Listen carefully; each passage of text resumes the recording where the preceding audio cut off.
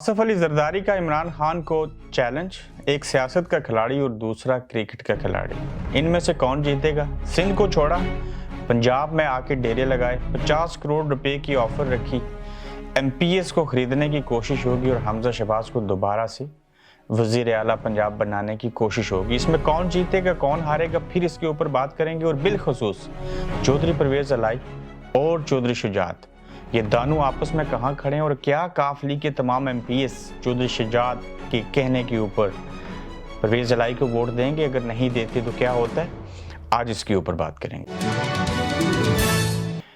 अस्सलाम वालेकुम, आप देख रहे हैं गोरख धंधा, अबरार कुरैशी आपसे मुखातिब हूँ।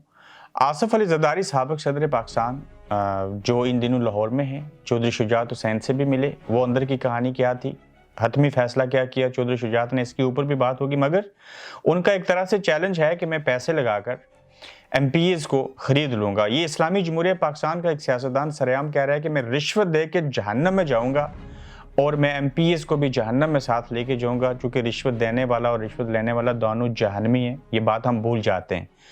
क्या ये बात दुरुस्त साबित हो सकती है? नहीं होगी। क्यों कि यहाँ मुझे एक जुमला याद आता है कि अंगूर खट्टे हैं।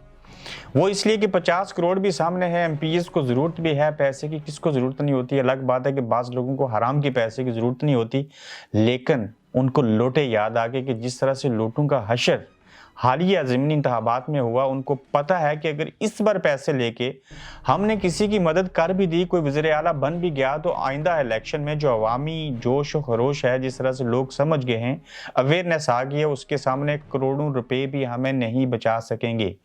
तो इन चीज़ों को मद्देनज़र रखते हुए जो हालात हैं वो ऐसे हैं कि नहीं खरीदा जाएगा।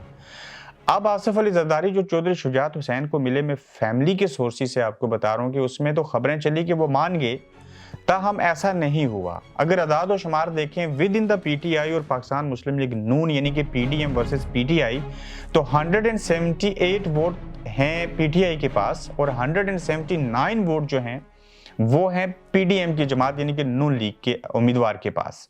अगर रावलपिंडी की सीट जो है उसका डिसीजन हो जाता है, जो 49 सीटों की वजह से रिकाउंटिंग अटकी हुई है, तो ऐसी सूरत हाल के पेश नज़र एक और सीट का इजाफा हो जाएगा पीटीआई की तरफ, जबकि नून लीग की एक सीट कम हो जाएगी। और दूसरी तरफ अगर काफ लीग के तमाम वोटर्स को मिला लिया जाए, जो हकायक हैं, तो 188 वोट हैं जो चौधरी परवेज इलाही को बतौर वज़ीर आला पढ़ सकते हैं। अगर इसमें कुछ लोगों को खरीद भी लिया जाए, ये दोनों लोग जो हैं ख़ानदानी अगर एक साथ हों, तो फिर चौधरी परवेज इलाही को वज़ीर आला बनने से कोई नहीं रोक सकता। और चौधरी शुजात ने अंदर की खबर ये है कि ये आसिफ जरदारी से माजरत कर ली है और उनका ये कहना है कि हम चौधरी परवेज इलाही को वोट देंगे, जबकि जो चीमा साहब हैं और एक और जो शख्स हैं वो चाहते हैं कि इनसे एक खत ले लिया जाए, उसके ऊपर लिखवा लिया जाए, अपने एमपीएस को बताया जाए कि विद इन द पार्टी हमारी डायरेक्शन ये हैं कि आप हमजा शहबाज को वोट दें, और अगर पार्टी के नोटिफिकेशन के बावजूद वो किसी और को वोट दें तो ऐसी सूरत हाल के पेश नज़र वो नाहिल हो सकते हैं। जबकि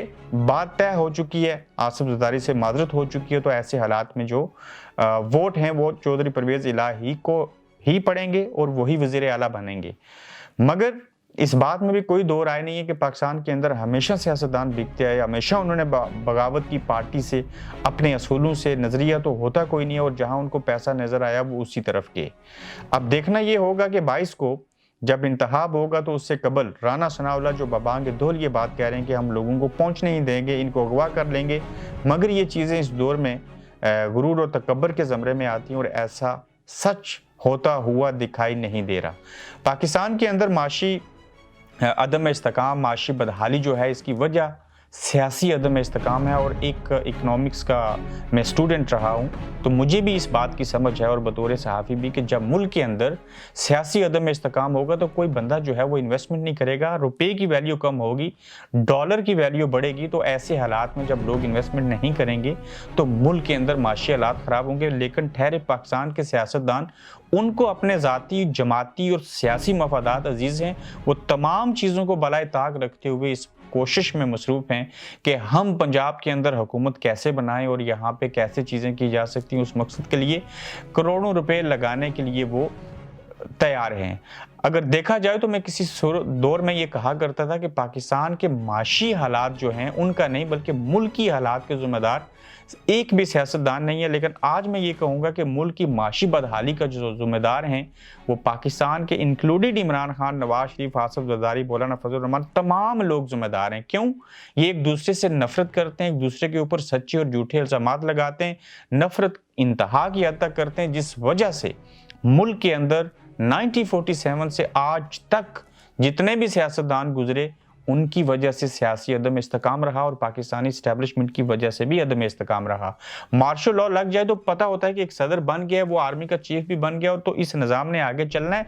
यही वजह होती है कि आर्मी के दौरे हुकूमत में मार्शल लॉ के अंदर जो रुपये की वैल्यू है या बाकी हालात हैं वो मेंटेन रहते हैं, क्योंकि तब ये फिक्र नहीं होती कि नेशनल गवर्नमेंट कब ख़त्म हो जाएगी, नए इलेक्शन में कौन जीतेगा, कब अदम एतमाद होगी, पंजाब की हुकूमत कौन बनाएगा कौन नहीं बनाएगा, कि उस वक्त सियासी अदम इस्तेकाम होता नहीं है।